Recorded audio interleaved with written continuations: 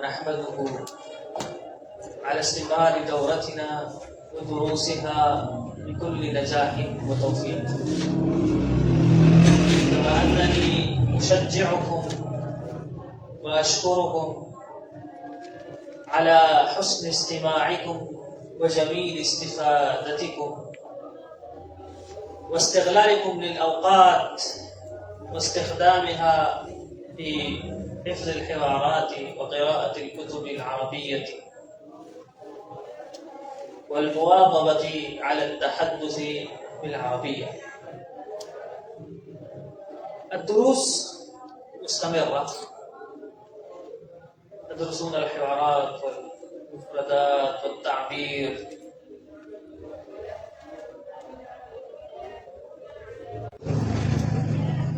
يعلمك كيف تطبخ الطعام. هناك مثل مشهور يقولون فيه: لا تعطني السمك، لا تعطيني السمك، علمني كيف أصطاد السمك، علمني طريقة اصطياد السمك.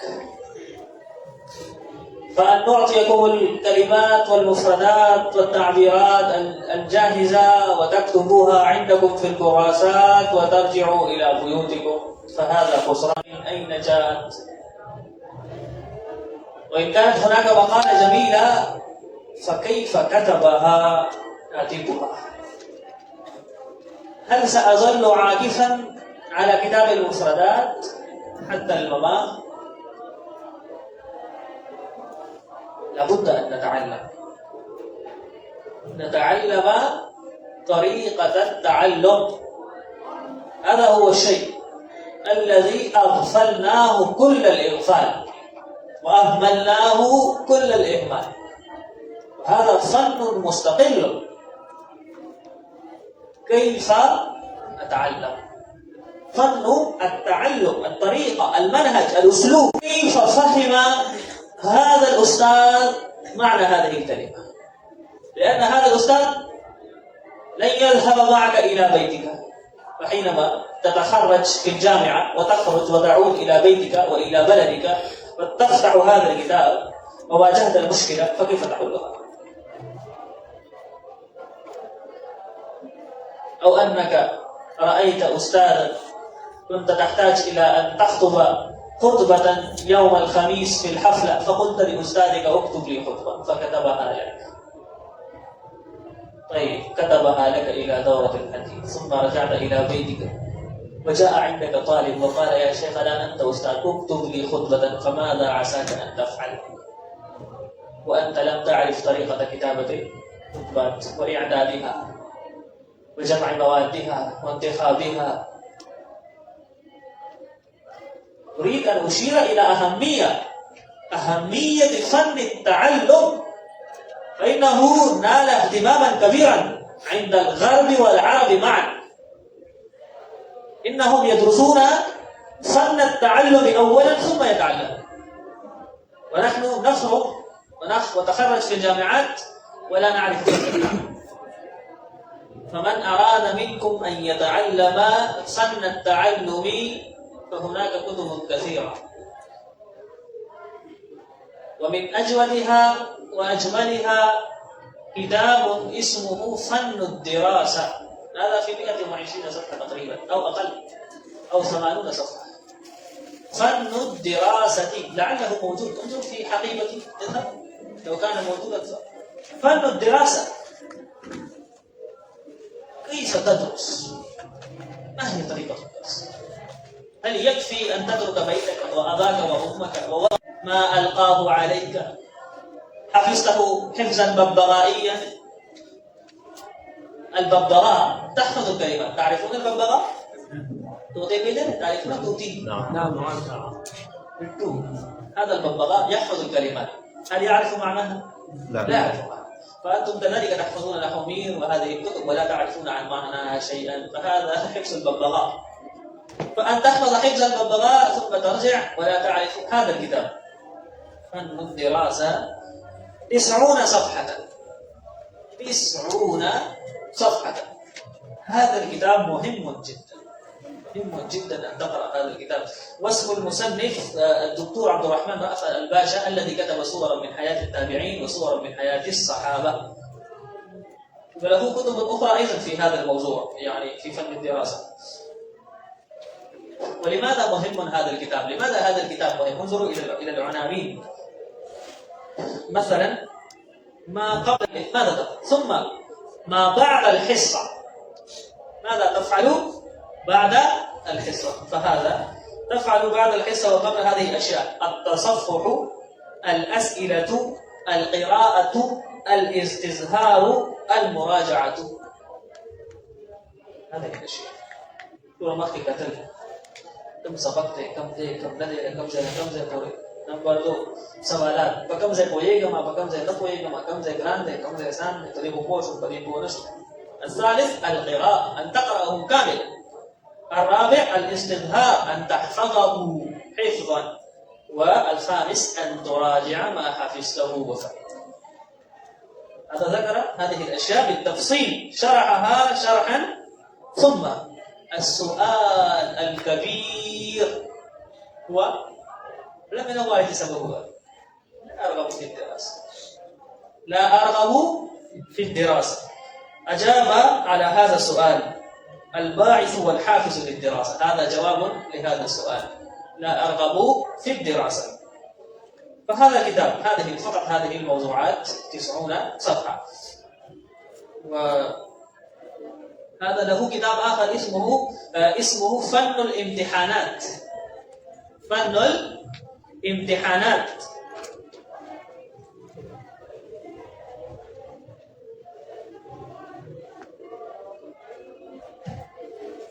فن الدراسة وفن الامتحانات هذان كتابان جميلان يفيدانكم كثيرا إن شاء الله إذا قرأتموهما.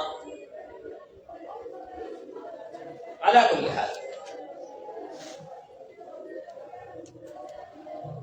هناك دكتور وعالم ومؤرخ ومفكر وكاتب ومصنف من الكويت اسمه الدكتور طارق السويدان. الدكتور علم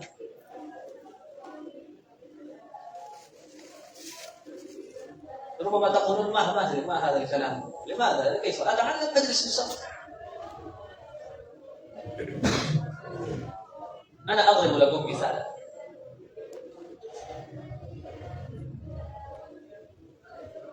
الكتب التي تدرسها ليست سواء. هناك كتاب يحتاج إلى وقت كثير وكتاب آخر يحتاج إلى وقت قليل. هناك كتاب يستحق الحفظ وكتاب آخر يكفي فهمه فقط. فكيف تعرف أن هذا الكتاب يليق به أن أحفظه وهذا الكتاب يكفي أن أقرأه؟ كيف تعرف هذا الشيء؟ طلبہ سے کہو کہ امتحان کے دن ہے معارف القرآن کا مطالعہ کرو. معارف القرآن 3 جلد كيف أقرأ؟ 3000 صفحات كيف أقرأ؟ اس لیے کہ آپ کو پتہ نہیں کہ مطالعہ کیسے کرنا ہے، اس لیے 3000 صفحات. اس میں آسان ترجمہ قرآن کے بعض معارف القرآن میں آ گیا ہے. 30 نمبر پر معارف و مسائل. طالب علم نے اس کو سوچ کر کے سمجھا کہ یہ تو 3000 صفحات، کم از کم 500 یا 3000 میں سے 1000 صفحات تو کم از کم یا 800 صفحات تو یہ تو تانوی صاحب والے خلاصے قرآن کے ہو گئے اور ترجمے تو پہلے نکال آخر. اب کیا رہ گیا؟ اب ہمارے پاس رہ گئے 2000 صفحات. اب 2000 صفحات میں سے بھی آپ جانتے ہیں کہ معارف القرآن دراصل ان دروس، اس کی ابتدا ان دروس سے ہوئی ہے جو ریڈیو کے ذریعے سے جو درس قرآن ہوتا تھا عوام کے ساتھ. تو اس میں ایسے مسائل بھی ہیں کہ جیسے آپ شروع کریں گے تو آپ کو پتہ چلے گا کہ آگے کی بات ہو رہی ہے. اب طالب علم یہ سمجھتے ہیں کہ معارف القرآن کا مطالعہ کہ شروع کے لفظ سے لے کر کے آخر تک ہر لفظ پڑھو. اگر ان کو میں آپ سے کہوں کہ میں نے فن الدراسہ پڑھی، ان کے ذہن میں یاد ہے کہ ادھر سے حرف سے ادھر اس الف سے شروع کیا ہوگا اور یہ جو آخر میں یہاں پر اس او ہے یہاں پر ختم کیا ہوگا. اس کو آپ کہتے ہیں پڑھنا. اب ہر کتاب اگر آپ اس طرح پڑھنا چاہیں صعب جدا. اب ایک مسئلہ ہے وہ آپ کو معلوم ہے، پہلے سے آپ کو معلوم ہے سر کے مسئلہ کیا ہوگا، آپ کو پتہ ہے کہ کیا ہوگا، میں بس بات ختم آگے بڑھو. معارف القرآن میں بہت سارے ایسے، بلکہ اکثر وہاں پر بڑے آسان بات ہے، جہاں پر مشکل اس آیت کی اس یہاں فلاں مفسر نے یہ تشریح کی ہے، فلاں مفسر نے یہ تشریح کی ہے، تفسیر میں فرق ہے، یا الفاظ ہے ان کی معانی میں فرق ہے، مراد میں فرق ہے، یا اس کی شان نزول میں یہ اقوال ہیں، یا اس سے کیا مراد ہے، کون مراد نہیں ہے. اب وہ چیز آپ یاد کریں یہ آیت کس مقام پر ہے، اور یقینا ورنہ سرکینا سے بس اجلس لا تقرأ یا اخی هذا فن التعلم، تترك ما لا يكون مهما تتركه تمر به مرور الكرام. فإذا أردت أن تتعلم فن التعلم فيجب أن تقرأ هذا الكتاب فن الدراسة. یہ پاکستان میں نہیں ہے میرے معلومات کے مطابق، اب ادھر وہ میسج آئیں گے کس مکتبے میں ہے، کسی بھی مکتبے میں نہیں، ہم نے پروسٹیٹ کرا ہے پی ڈی ایف سے، هذا منسوخ من الپی ڈی ایف. نعم. الشيء الثاني، ایک دوسری بحث بہت چل رہی ہے، جدید عربی قدیم عربی، جدید عربی قدیم عربی. عربی عربی ہے، العربی عربی ہے. اب آپ مجھے بتائیں کہ جاہلیت کے زمانے میں اور کیا تھا؟ پانی تھا، صحرا تھا، اونٹ تھا، تلوار تھی، بس. تو آپ کو یہ ملے گا ناقۃ جمل شبکۃ او جوال ہے، تو اس کو آپ جدید عربی کہیں گے. آپ بھی کہیں گے کہ عربی نہیں ہے، وہ عربی صحیح ہے. تو آپ مجھے بتاؤ پھر کیا کریں اس جوال کو ہم کیا کریں تاکہ وہ عربی بن جائے جو آپ کو پسند ہے. اچھی بات ہے، بس ذوق خبر ہے. یعنی آپ مجھے بتائیں آپ کیا کہنا چاہتے ہیں. آپ کہتے ہیں کہ جدید عربی اور صحیح نہیں ہے اور یہ ہے، تو آپ مجھے بتائیں کہ اس جوال کو بھی کیا کریں. کتنا فصیح لفظ ہے، جا رہے جولتا، گھومنا پھرنا. کیونکہ یہ موبائل بھی آپ کے ساتھ گھومتا کرتا ہے تو آپ اس کو بھی جوال کہتے ہیں. لأنه يتجول معك، يذهب معك أينما تذهب ويسير معك أينما تسير، فهو جوال إن كنت جوالا. اب اگر چیزیں نہیں آ گئی ہیں، ان کے نئے نئے نام آ گئے ہیں، تو یہ تو وہی عربی ہے. آپ فرض کریں کہ اگر عمران القیس کے زمانے میں جوال ہوتے تو کیا کہتے ہیں؟ وہ کہتے ہیں یہ جبل ہے، ہاں سیف ہے، وہ بھی کہتے جوال. کیا کہتے ایسا کچھ بھی نہیں. دوسری بات یہ ہے کہ واقعی جدید عربی کا کہیں یا جو بھی کہیں، ایک طرف مغربی ممالک کے ساتھ بہت زیادہ ان کے میل جول کی وجہ سے بہت سارے اسلوب عجمی اسلوب آ گئے، اور بلا ضرورت ایسے الفاظ کو استعمال کرتے ہیں جو نہیں کرنے چاہیے. لیکن یہ بڑے بڑے ادباء کام نہیں کرتے، یہ کمزور لوگ کرتے ہیں. تو کمزور تو ہمارے ہاں بھی ہم کون سی صحیح اردو بولتے ہیں. ننطق بالعربية بالأردية الفصحى. الأردو لو كانت فصيحة لكن لا يمكن أن تكون فصحى بنفسها، فهذا شيء مهم جدا. اب بعض لوگ کیا کرتے ہیں، وہ سمجھتے ہیں اصل کو یہ تو قرآن کی زبان نہیں ہے، حدیث کی زبان نہیں ہے، قرآن میں جوال کہاں سے آیا، نہیں سی کو بس یہ کافی ہے، کنز پڑھو، حماسہ پڑھو، مقامات پڑھو، یہ کہاں سے آئے گی. میں نہیں جا نہ تو یہ بات صحیح ہے کہ بالکل یہ جو نیا اسلوب ہے عربی زبان کا اس کو چھوڑا جائے اور بالکل نذهب الى الوراء، بس وہ عمران القیس کے قصیدے یاد کریں. نہ تو یہ صحیح، اور نہیں یہ صحیح ہے کہ ہم اس عربی میں اتنا آگے بڑھیں کہ اس میں جو نحو و صرف کے مخالفت کی جاتی ہے اس کو بھی ہم یہ کہیں کہ بس میں بھی مخالفت کروں گا، اس لیے کہ جدید عربی میں مخالفت کی نہیں. علینا ان نکون معتدلین متوسطین. جدید عربی، جدید جو انداز ہے اس کو ہم سیکھیں گے، لیکن لا نخالف قواعد النحو والصرف. اب کیوں ضروری ہے؟ لماذا یجب؟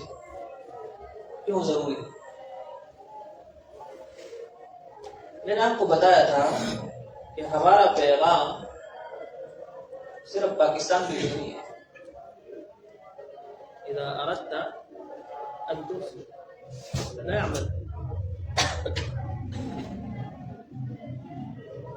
فهذا ليس لباكستان فقط.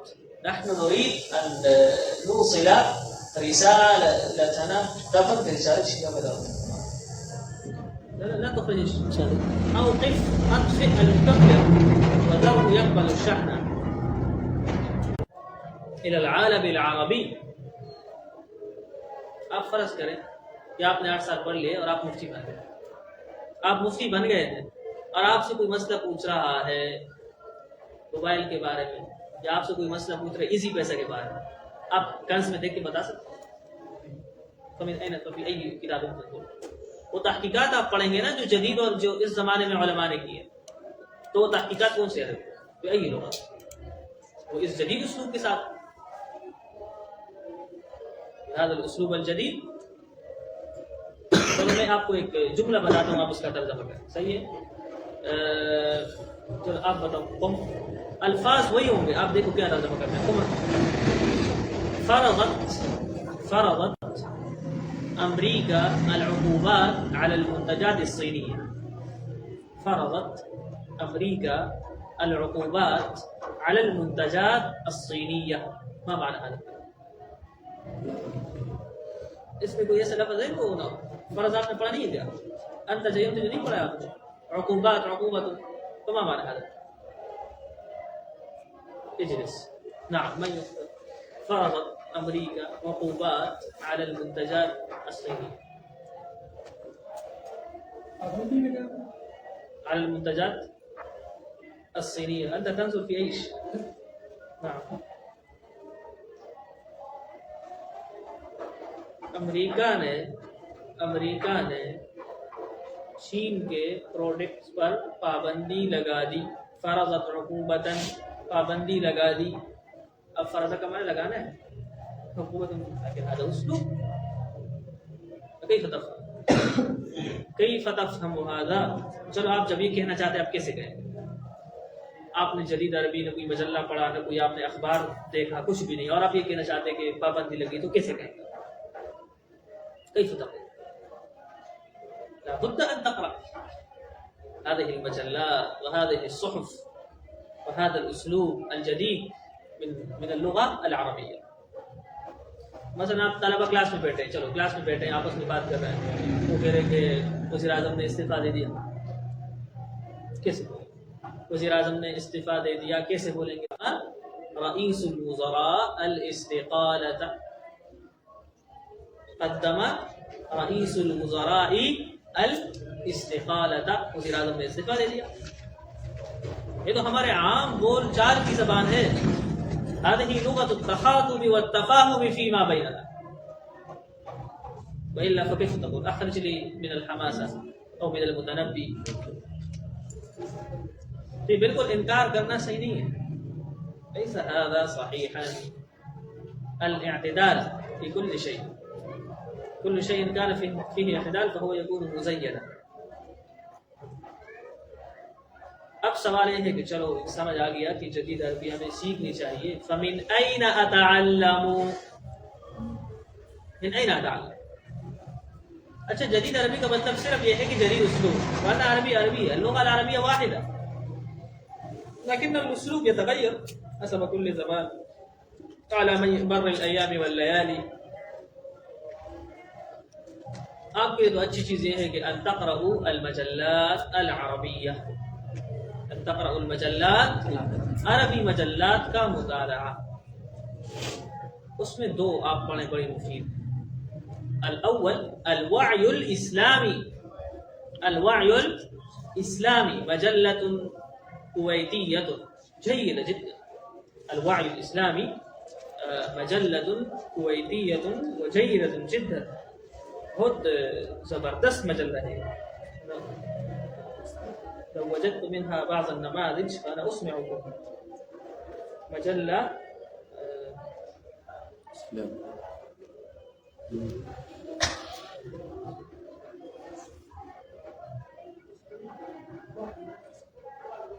كتبتم الوعي الإسلامي؟ ایک اور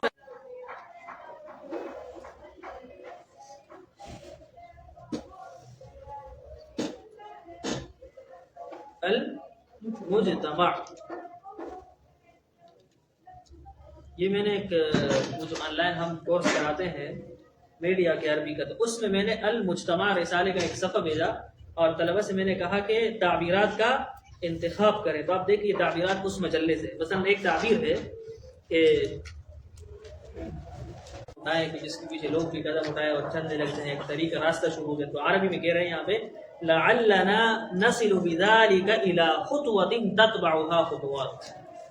لعلنا نصل بذلك الى خطوة تتبعها خطوات. شاید ہم کو ایسا قدم اٹھائے کہ جس کے پیچھے اور بھی قدم اٹھانے والے آ جائیں اور ایک پوری تحریک شروع ہو جائے، پورا قافلہ چل پڑے. یہ تعبیر جمیل. یقول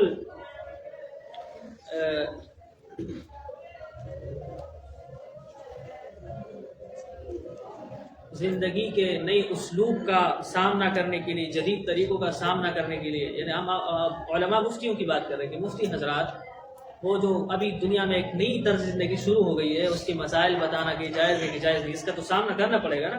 تو جدید اسلوب کا سامنا لمواجہت اسالیب الحیات الحدیثہ، لمواجہت اسالیب الحیات الحدیثہ، جدید زندگی کی طریقوں کا سامنا کرنے کے لیے.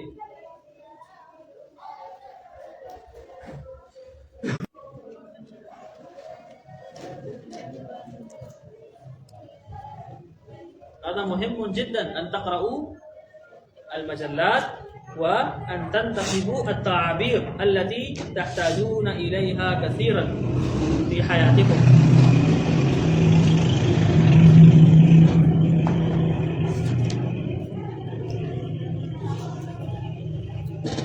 تفهمون هذا؟ فهذا الوعي الإسلامي مجلة جميلة جدا ورائعة. الثاني هو المجتمع.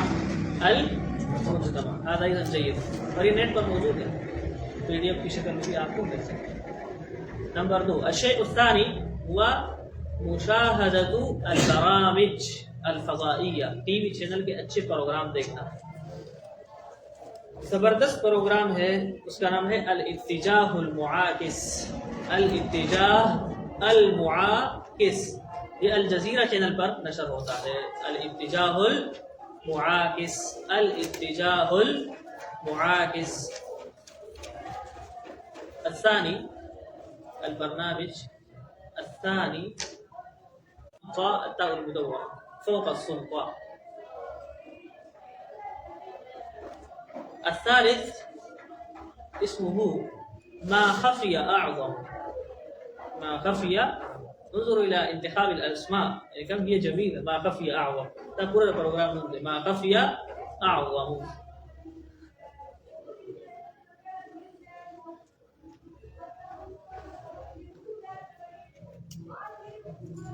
إذا سمعتم هذه البرامج إلى شهر أو شهرين ستشعرون الفرق الكبير في لغتكم وفي حصيلتكم اللغوية وفي المفردات الموجودة في أذهانكم.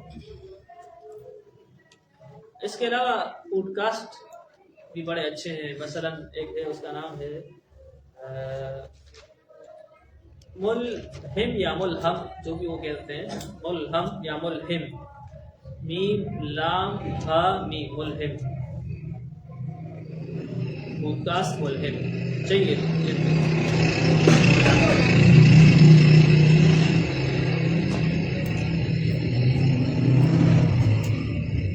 يجب علينا أن نتكلم في هذا الزمان. تو اس رحمان بابارا پاس یہ ہوتا سر بخبل جب خبر شروع کی داس میں ہوئے گا. آپ بتائیں مجھے، اگر رحمان بابا اپنی پشتو آپ کے ساتھ بولنے لگ جائے، انتم تفهمون لغته، انتم كلكم تفهمون الپشتو، لابد ان تكون لغتنا بهذا الاسلوب الذي يفهمه الناس. ولو ان علامة اقبال بعث مرة اخرى وجاء الى هذا العالم، کیوں زیاکار و نسود فراموش رہوں، فکر فردانہ کروں، محو غم دوش رہوں. ما معنى هذا الكلام؟ لا نفهم، لأننا لم نقرأ تلك الأساليب القديمة. فلا نريد باللغة العربية أن نفهم القرآن والحديث فقط، بل نريد أن نوصل وأن نبلغ رسالة القرآن والحديث إلى الناس. أما فهم القرآن والحديث نعم لا نحتاج إلى هذه اللغة، لكن الفهم وحده يكفي؟ لا يكفي، لا بد أن نرسل وأن. فماذا يفهم؟ ایک بڑے عالم تھے نا، ان کے پاس کوئی گیا کہ حضرت یہ جو جلمود، اس نے ایک حرف ہے نا کا جلمود، جلمود کہتے ہیں بڑے پتھر کو، اور کاف حرف تشبیہ ہے. اب اس نے اس کو ملا کے پڑھ دیا، کچھ لمود بنا دیا. کہہ رہے شیخ یہ کچھ لمود کیا چیز ہے؟ ما معنی کچھ لمود؟ تو اس نے کہا کہ عربی میں جو کہا هذه دابۃ تقرأ ولا تفهم، کہ یہ ایک جانور کا نام ہے، وہ پڑھتا تو ہے لیکن سمجھتا نہیں، سمجھے کہ شاید واقعی یہ جانور کا نام ہے. صحیح، دابۃ تقرأ ولا تفهم دا یو زناور دغه صرف مطالعه کې پوهیږي بنا کجلمودنا لا بندا كجلمود صخر حطه السيل من علي. تفهمون هذا؟ نعم.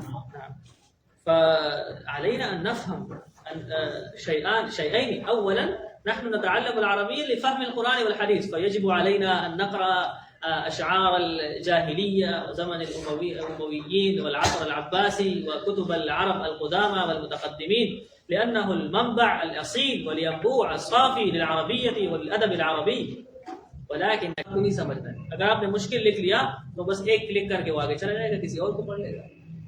کتابه چې زما په مقالې پسې بسو قاموسونه کې او د شدان په ګدار کې ایسو تو دا چې لیکل کوي چې بسو کې پڑھاوي دا څه خلک د کسته مشکل الفاظ چن کے مشکل الفاظ مقالے میں ڈالتے ہیں، چن کے مشکل الفاظ بولتے ہیں تاکہ کسی کو سمجھ نہ آئے اور لوگ سمجھے کہ ماشاءاللہ یہ تو اسماعی صاحب کا پوتا ہے، هذا اسماعی. ہم اس لیے تو عربی نہیں سیکھتے کہ کسی کے سامنے ثابت کریں گے انا اعلم الناس بالعربيه انا افصحهم، لا، نحن نريد ان نوصل الرساله. ويمكن بعض خلک په عربي داسې خبرې کوي چې د خپل عربیانو بدلته کوي. دا څه سوال اول شپه د سره بدله لپاره چې خلک تاسو الفاظ استعمال کوو زه خو غواړم کوی دا په مقامات کې نه دی وایي چې په مقامات کې نه دی وایي دا سره عربي نه دی. هذا مجنون. اس کی وجہ سے بہت سارے طلبہ نے عربی کہ ہم ان کے سامنے بلا ضرورت مشکل الفاظ کا استعمال. بھائی جو لفظ غریب ہے یعنی غیر مستعمل ہے تو چھوڑو.